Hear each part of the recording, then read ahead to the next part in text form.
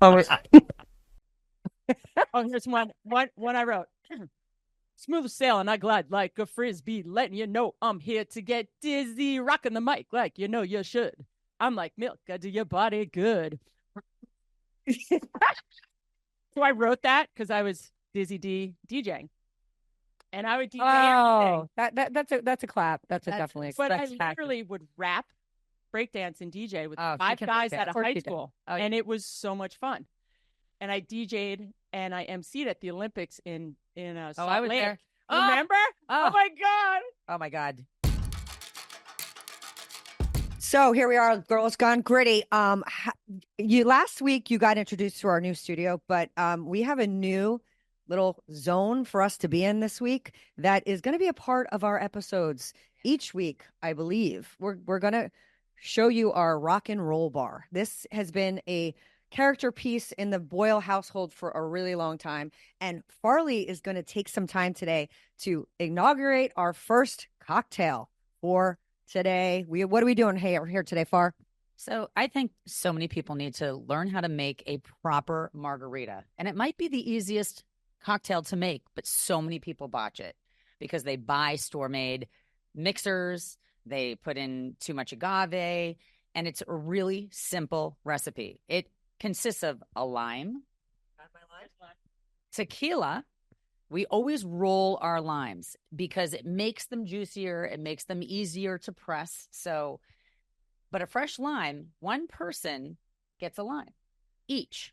So a drink consists of one lime and either 1 or 2 equal parts of tequila. So you could do 1 lime, 2 shots of tequila, 2 shots of Cointreau, or you could do 1 shot of tequila, 1 shot of Cointreau, as long as you have like 1 shot of lime juice. And usually you get 1 shot of lime juice and a lime. So we're going to show you, actually. And it's perfect kickoff because we'll drink some margaritas and then we're going to talk about rock and roll, baby. Kiss. How you doing? I have some unbelievable swag. Ooh. And I'm thinking that here, while we are promoting our fabulous swag, maybe the bartender that's in the hot seat has to always wear the flag. So, I mean, not the flag. I think the hat. I think the bartender only wears the hat. Oh. Because it's a lot of hats. But here's our new swag.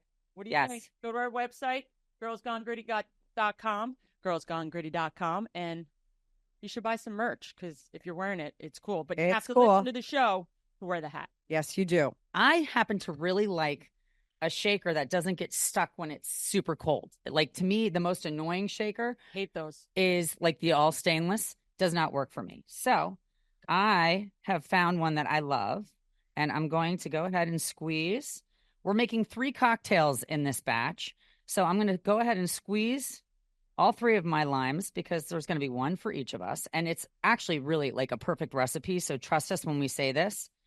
You don't need more than just 1 lime per person. This little mechanism is a requirement in your household. If you don't have one, that juicer is like so simple and perfect. You don't have to buy the electric ones. So easy. And the shaking is super critically important. That's one thing that like you cannot shake that enough. Like keep shaking it, keep shaking it, keep shaking it. Farley's going to shake it. Yeah, you cannot skimp on the shaking, guys.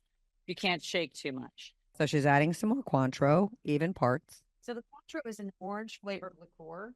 Some people actually use orange juice in their margies, but we happen to think that Cointreau gives you a little more bang for the buck and it's smoother, it tastes nice. Some people might prefer to use triple sec.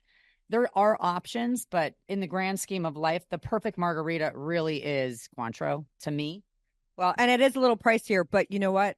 You find for the hangover, if you spend up on the liquor, the less sugar there is, the less issue you're going to have with a hangover. All right. Well, cheers, ladies. Let's go. All right. So we are so musically inclined from a like just consumer and love of music aficionado, you would call it. So we've been dying to do this segment for like since the beginning, but we wanted to give it an appropriate time and space and place. So we are so excited to cue the music on music and what music means and where the hell music is going. I mean, what the hell? What the F? What the what?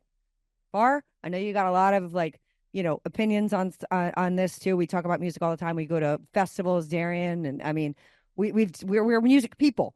So we are super opinionated on this. So be careful of this episode. You're gonna see the real three Gs. Explicit Content. lyrics and explicit content. I'm going to explain where that explicit content came from. But first, I want to start us off with a quote. I came across a quote from Victor Hugo. Music expresses that which cannot be put into words and cannot remain silent. To me, that sums up music. I mean, it is one of the most beautiful gifts that we were given. He's also responsible for like Les Mis and The Hunchback of Notre Dame. Mm-hmm. So just to, give you a little dialogue on him. I'm going to just tell you that the very first song that I ever listened to that made me feel sexual energy was by Prince, and it was called Darling Nikki. And yeah, Darling Nikki. Darling Nikki in a hotel lobby masturbating with the magazine. Yeah, there it is. And I remember really good voices. I'm definitely not like that. I just remember hearing that song. I think I was probably like 11. And I felt like my belly got upside down. And I heard it on the radio, and I was like, I need to have that song. I want to hear it whenever I want to hear it. So it was my first 45 that I bought.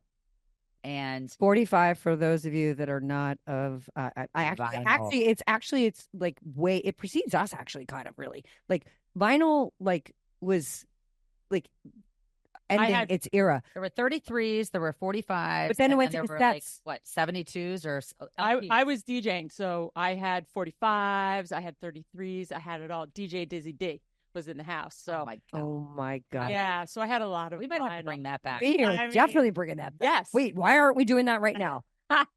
So the Darling Nikki situation, I went into a record store that we all had. It was in the mall. I mean, we had one in the mall, and it had like explicit content with a sticker on the album. And I remember like trying to figure out how I was going to get away with buying it. It was almost like you could sneak into a rated PG or R movie. You could still kind of get music. It was before what was like the Kevin Bacon movie. Footloose. I mean, it was like, I did not come from an oppressed region, but it was definitely harder to get things with explicit material, but you kind of could still do it. So what I will say is, Prince, by the way, is one of the greatest musicians of all time. Number 18 of, by the way, just we'll come back to that at some point. Yeah, I don't know if you guys like even remember the whole backmasking situation where you could play a song forwards, and then if you like did it backwards, and you could actually do it on a record player, and you could spin it backwards, and it would make like number 9 crazy, scary, sometimes satanic references. No, that's when you would stand. You'd put your head between two speakers, and you'd crank the music as loud as you can, and you could still hear it, and it would come kind of through both ears, and it would make this really crazy sound. I did it a lot. Maybe that's what's wrong. That explains things. Well, Darling Nikki, believe it or not, says, "Hello, how are you? I'm fine. The Lord is coming soon." Hello, how are you? I'm fine. The Lord is coming soon. So Prince went through like a phase where he felt terrible that he was getting criticism for this song. He became a Jehovah's Witness. He actually took this Jehovah's Witness? A Jehovah's Witness. Yeah. Wait. Really? I thought no. I had no idea. Is that right? Scientist? No, I thought it was Jehovah's Witness. All right. No, I thought you said something else. Yeah. But he definitely took it off, I want to say, in like 1991 because of a religious situation that he was going through. Which is fine. Yeah. But what I will say, he also wrote Sugar Walls for Sheena Easton. And that was probably the most explicit song that there was. Come spend a night in my sugar walls. I remember that. Come inside my sugar walls. Blood races to your private parts. Let me know there's a fire. I mean, this is what we were listening to. Yeah. What is the difference between like WAP? Wow. And Sugar Walls. And preceding that, like, I mean, I think you watched it on the same flight I did, and we got cut off, but the Donna Summer song, Oh, love to love you, baby. Oh, Yeah, I love Donna Summers. And Hot stuff. She had it's it all. literally, that it was was that was so Studio 54. evocative and crazy Sexual healing, Marvin because Gaye. it was like her, like, Why did or we having an not get to go to orgasm. Studio 54? Well, I- we're going to create our own. I did go to Studio She 54. did that at Come to 54. Studio She Girls performed Gone that Gritty. song and literally performed an orgasm. Yes. And the whole, I Yes. think there were actually orgasms happening at Studio 54 while she was singing it. It I'm sure he was was. bonkers. So, Yeah. so I think to your point, like Prince is clearly somebody who was extremely sexual and beyond, but it's a story that's as old as time. So Tipper Gore, which is so interesting, at the same time that I was listening to this song and kind of, knowing that I was naughty and hiding it from my parents and like listening to it with my door closed, Tipper Gore created a fight against songs with offensive lyrics because she walked in on her own child listening to this song. So it was the Parents Music Resource Center, known as PMRC. And this controversy led to a voluntary system where record labels put warning stickers on albums containing explicit content. Artists began releasing the clean and the explicit versions after the fact. So many people said, you cannot censor music. You cannot tell us what we can write. And they all won. And I mean, like the first 3 artists that came to mind were John Denver, Dee Snider, and Frank Zappa. So, Tipper Gore started the movement. She got shut down. People thought that she was vilified, She was vilified, but they did start trying to censor things, which I agree. Like when I had little people in my car and they liked the top songs, I bought the, non-explicit version so that they weren't singing bop. about, Kids Pop. Kids Bop. Oh, It was love they Kids hate Bop. Kids Bop. Well, that's because they know that there's, something on the other Well, side. it's because you want what you can't have. Again, Yeah, you want the danger. You want the the thing that makes you feel. I mean, it's like, again, going backwards. It's like Elvis. Like Elvis he swayed his He made hip. women He did feel something. made women feel like, oh, So did like Beatles. crazy. 1000%. He was the king. 1000. Elvis was the king. He was setting the standards. He was He was pioneering. He It was gritty. gritty. But yeah, when you talk about the explicit lyrics and the clean version, I took Dee Dee to Olivia Rodrigo, or I should say, Jeff bought us tickets to go to Olivia Rodrigo. She was super into Taylor Swift. So all of a sudden, we're at Sugar Bush and I have to drive her to school every morning. And we're like, all right, well, we have this concert coming up. We start playing the music. And all of a sudden I'm like, wait, F-bomb. Every single song was just naughty. It was F-bombs, F-bombs, F-bombs. And I look at Jeff, I go, great job, Jeff. But then you fast forward, like, I absolutely love her. She's great. So we go to the concert. Now we've spent 4 months learning every single song out there. And of course, we never had the clean version. It was always the explicit version because that's just what was on the radio. And when we went to the concert, we went with her friend, like one of her besties. And the 2 girls sat in front of us.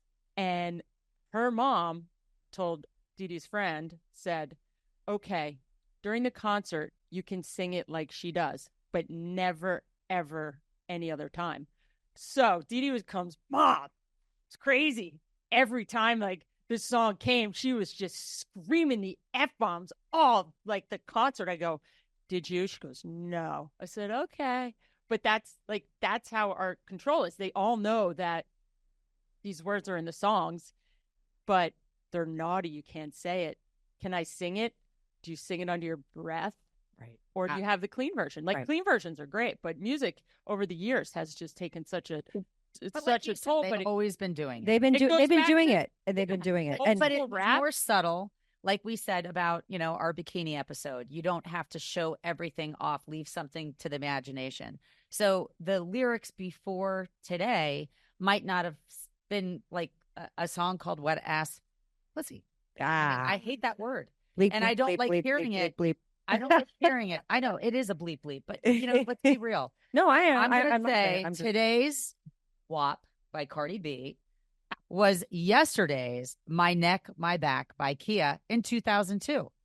Compare those 2 songs to each other They're identical.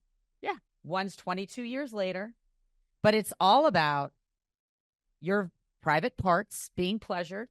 And before, it used to be the pleasure principle, and it left something to the imagination. You could alluded. visualize it. You alluded. Now you are listening to it and you're actually cringing because they are describing it so vividly, down to the smell, the sight of it, and the sound that it makes. I'm sorry. It's sorry. no, it's terrible. And you know what, the thing that it really stinks to that is that, again, we're in this age where like that's what gets like the attention. And at the end of the day, the way I feel, the way I feel about music is like, again, so passionate because they are modern day poets. And like, I love the lyricists of like being able to listen. Prince, although he was evocative, he still like made you feel something without having to like go like, I'm not saying it wasn't vulgar. I'm saying like there was a sensuality, a sexuality of what he embodied. And you don't have to just be like, Brain. He was mad at his girlfriend. He wrote that song because she cheated on him. So he wanted everybody to know that she was like a sexual like beast and had an appetite that like was hard to fulfill. And he performed that song to embarrass her in the movie, in, Purple Rain. Right. And I think music all comes from what you're feeling. Real life. 1,000%. It's all real life. You all these like Olivia, Taylor, all about breaking up with their boyfriend or meeting the girlfriend of the best friend. And Taylor stories. Swift is the epitome of a storyteller. Like, she is famous because she uses her life experiences and brings them to life in song. And the interesting thing is, and again, I'm not dissing Taylor Swift. She's incredibly, obviously, I don't even have to say she's incredibly talented. Her repertoire and her abilities are beyond. But, the interesting thing is you look at like some of the younger people and you look at musicians of yesteryear that are truly iconic. Let's take the Billy Joels of the world, whether you like them or you don't. Take the Bruce Springsteens of the world, again, another Jersey native. Like they were telling a story and they wanted you to feel what they were experiencing. And the interesting thing I think about music is that when you look at the catalog of music, you have people who were talking about civil rights issues back in the day, the Marvin Gayes. Like you had people that like really wanted you to think about not only yourself and experience, but society as an experience. I mean, the top lyricists, I mean, I did a lot of research on like, because again, I'm a lyricist. I love the words of the music. And I truly believe, for those of you at home, like everybody thinks about what you consume in your gut biome is the most important thing. And I 1,000%, but I also believe you have to think about what you consume in other ways. Visually, we've talked about social media, and lyrically, like what you listen to is going to become who you are. So like, I love the poetry of things, and I believe music truly to be an art. And I was like, all right, ready? So we've talked about Prince. Prince, according to Rolling Stone, was number 18 of the top lyricists. I'm talking about lyrics and being able to like evoke emotions in words. The crazy thing is that like there are so many modern day artists that you don't know that they don't write their songs. They're a performer. Like Elvis, right. Amazing. Most of the music that he performed, he didn't write.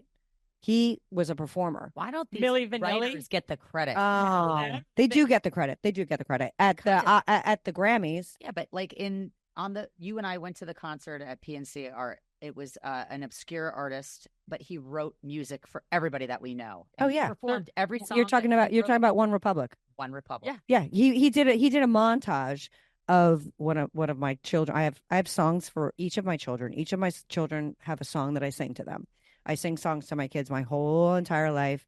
One of my favorite songs I sing to nobody gets silly love songs, from Paul McCartney, who is like number 2 on this list. But the words, your words mean something, I think is what we're saying. Like what the baseline is. It's like your words matter. And there's a way to impart sexuality and disruption and like so many things without just having to whop whatever. But how about like you think about hardcore lyrics, and I mean Alice in Chains, Down in a Hole.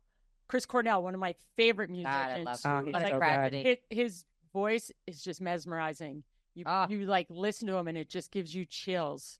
And you talk about stories and think about the history of Rastafari. When I was in college, I was very much into reggae. One of my besties, Bill Levins, reggae fiend, and got me so into reggae. And I did literally my college thesis on Rastafari, a way of life. And going through it, you hear the history and you're like, oh my gosh, there's so much apartheid. And what is that?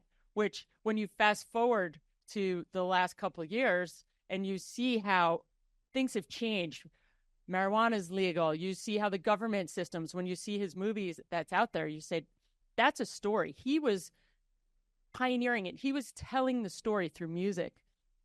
And he made such a change. When you hear of all these violent lyrics, hear about lyrics, I mean, it's like kids are committing suicide because of it. They're aggro. They're just sending messages that are negative. But then you hear the happy songs, Stevie Wonder. Here Comes the Sun. Sound of the sunshine. Yeah. The sound of the sunshine. You can make it if you really try. Like there's just so many one-liners that you can feel and you believe and it's can change your day. Changes your whole energy.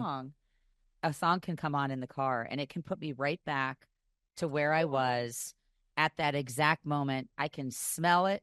I can feel it. A lot of them involve Darian. A lot of them involve you. Of course. I mean, it's just music can put you back into a mind frame and it makes you relive the feeling of whatever joy you were experiencing at that moment, whatever the night was, the club. Like, who did I break up with? What was it? I was sitting. We have soundtracks for our life. Yes. Sitting in the caddy and I remember broke up with this guy. Mikhail looks at me, she goes, I looked around, I was like, oh my God, he's such a loser. And I just started laughing. I'm like, he is such a loser. Cry Me a River.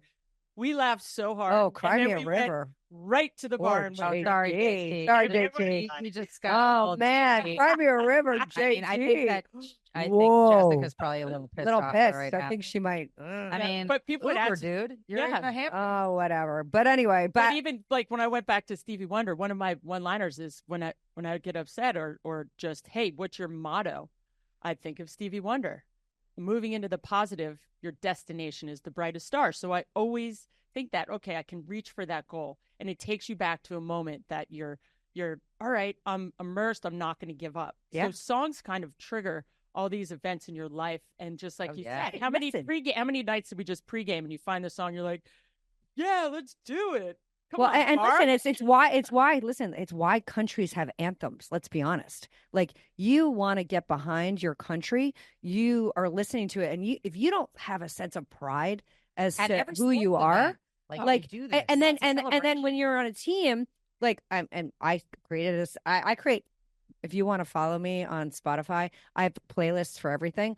I create playlists for every single event of my life, and when you create a playlist for your team or your family or a moment in time, and you're like, and you capture it, it's literally to me like taking a lyrical photograph, right? Like you don't have to see a picture. Like, I can remember it. I love the visual here in my brain. And when I listen to it, I'm like, it's just so beautiful and amazing. And I love the poetry of music. Put it together. So yes. That's like, let's go back in time. Yeah. This is something I'd like to reinvent. Okay? So somebody would take the time to maybe listen to the top 100, and you would have your recorder right next to you, the Casey Kasem's, and you would know that like maybe the top song of the week was like number 18 that you loved, and you could record it. You'd wait with record and play next to it, and you're like, oh my god, is it the song? Because I only have so many minutes on this tape, and I didn't have any money. You had to be prepared. Oh my god! And listen, I had to make my playlist back in the day because I taught forever, like Darian, like DJ. Yoga, I would aerobics. have to make my own playlist, and it took hours. I mean, you would think about the love, even down to the cassette like case insert that had number one, each soundtrack written out, and they named whatever the I made you a playlist was. Like mixtape. I had a I made you a mixtape. and it was all of our songs. Everybody I said loved this to it. Pat the other day. I said, "Would you have made me a tape?" He was like, I just was going through a box and I literally found a ton of cassettes, and it was all when I DJ'd, and I constantly made mixes, and people. Oh my God, you still have them? I still we need have to them. break them. I have all my CDs, and there's mixes. Like anytime I went somewhere, I always was making mixes. Everyone would go, "Hey, will you make me a mix? Will you make me a mix?" And that is the best compliment you can get Yes, as a it is. DJ is when at the end of the night, "Hey, can I get that mix?" And every year we have a toga party, and we bring in a it's DJ. the best party ever. "Oh, it's so fun." It's so fun. It's annual. Oh wait, cheers to Our that delicious margarita that we, taught everybody how to make.